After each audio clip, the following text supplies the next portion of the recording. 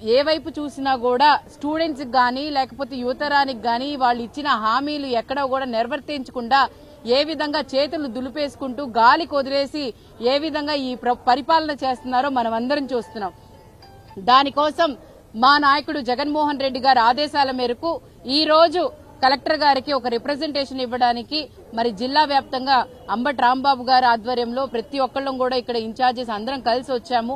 ఒక రిప్రజెంటేషన్ ఇవ్వడం జరిగింది. దీంట్లో దాదాపుగా 400 ఉద్యోగాలు ఏ విధంగా స్పోర్ట్స్ కోటాలో ఈ కూటమి ప్రభుత్వంలో ఉన్న ఎడ్యుకేషన్ మినిస్టర్ గారు అమ్ముకున్నట్టు, అలాగే మరి కాల్ రికార్డ్స్ ఏ విధంగా వాళ్ళు మీరు 15 లక్షలు ఇస్తే మీకు ఉద్యోగం ఇప్పిస్తామని చెప్పి కాల్ రికార్డ్స్ ప్రతి ఒక్కటి కూడా మేము డిమాండ్ చేస్తుంది ఒకటే, సిబిఐ ఎంక్వైరీ వేయండి.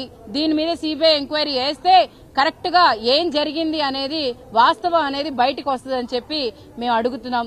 అలాగే లేకపోతే మీకు చేత కాకపోతే మీరు ఎడ్యుకేషన్ మినిస్టర్ అయిన నారా లోకేష్ గారితో అయినా కూడా రాజీనామా చేయించండి. ఎందుకనంటే సిబిఐ ఎంక్వైరీ ఎలాగో వేయించలేరు, సిబిఐ ఎంక్వైరీ దాదా బయటకు వస్తే వాస్తవాలు అని చెప్పి భయపడుతున్నారు. కాబట్టి అట్లీస్ట్ నారా లోకేష్ గారు దీన్ని మరి ఆయన వైఫల్యం అని చెప్పి చూపించడానికి అట్లీస్ట్ ఆయన్ని రాజీనామా చేయమని చెప్పి అడుగుతున్నాము.